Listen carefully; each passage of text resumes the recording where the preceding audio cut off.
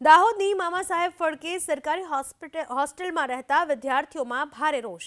હોસ્ટેલમાં જમવાનું પૂરતું ન મળતા વિદ્યાર્થીઓમાં નારાજગી. વિદ્યાર્થીઓએ આરોપ લગાવ્યો કે છેલ્લા 3 દિવસથી ભોજનમાં માત્ર દાળ ભાત અપાય છે. મેનુ પ્રમાણે ભોજન ન મળતું હોવાનો વિદ્યાર્થીઓએ આરોપ લગાવ્યો. હોસ્ટેલમાં પાણીની પણ સમસ્યા હોવાનો વિદ્યાર્થીઓએ આરોપ લગાવ્યો. વિદ્યાર્થીઓએ હોસ્ટેલ સંચાલકોને રજૂઆત કરી છે. हाल तो अपने होस्टेल में होस्टेल में जे खास कर विद्यार्थी पानी माटेनी बात करता था। हाल दृश्य आप जोई शको छो जो मारी सामे कूलर है कूलर हाल जे दृश्य आप जोई शको छो कंडम हालत में जोवा मळी रह्यो छे। हाल तो तेमना नळ पण नथी ने हाल सुधी आप दृश्य जुओ आ जे छे आरो छे जे आरो हाल कंडम हालत में जोवा मळी रह्यो छे। छेल्ला કેટલાક સમયથી આ રીતે જે આરો છે તે પડ્યું છે એટલે કે વિદ્યાર્થીઓને જે પીવા માટેનું શુદ્ધ પાણી મળવું જોઈએ જે નથી મળી રહ્યું છે તે જોવા મળી રહ્યું છે। હાલ તો વિદ્યાર્થીઓ છે તે સાથે વાત કરીશું। हाल अपनी जे होस्टेल में કેટલાક આરો છે ને શું આની પરિસ્થિતિ છે? અહીંયા હોસ્ટેલમાં 6 થી 7 આરો છે અને આ 2 વર્ષથી એક પણ આરો વર્કિંગ કન્ડિશનમાં છે જ નહીં। નીચે એક રસોડાનો આરો ચાલે છે એ બી ફિલ્ટર પાણી નથી આવતું।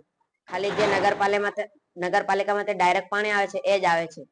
આ જે હોસ્ટેલ છે અહીં ગંદકી પણ જોવા મળતી છે કેટલા સમયથી અહીં સફાઈ નથી થઈ? હમણે 1-2 દિવસથી તો સફાઈ થઈ નથી અને બાથરૂમમાં લાઈટ છે જ નહીં।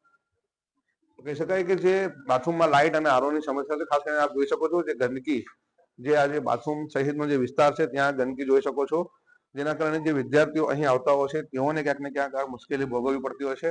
હાલ જે દ્રશ્યો આપ જોઈ શકો છો જે બાથરૂમ અને જે વિસ્તાર છે તેના વિસ્તાર ગંદકી હાલ જોઈ શકો છો પૂરી વિસ્તાર છે કે ત્યાં ગંદકી જોવા મળી રહી છે।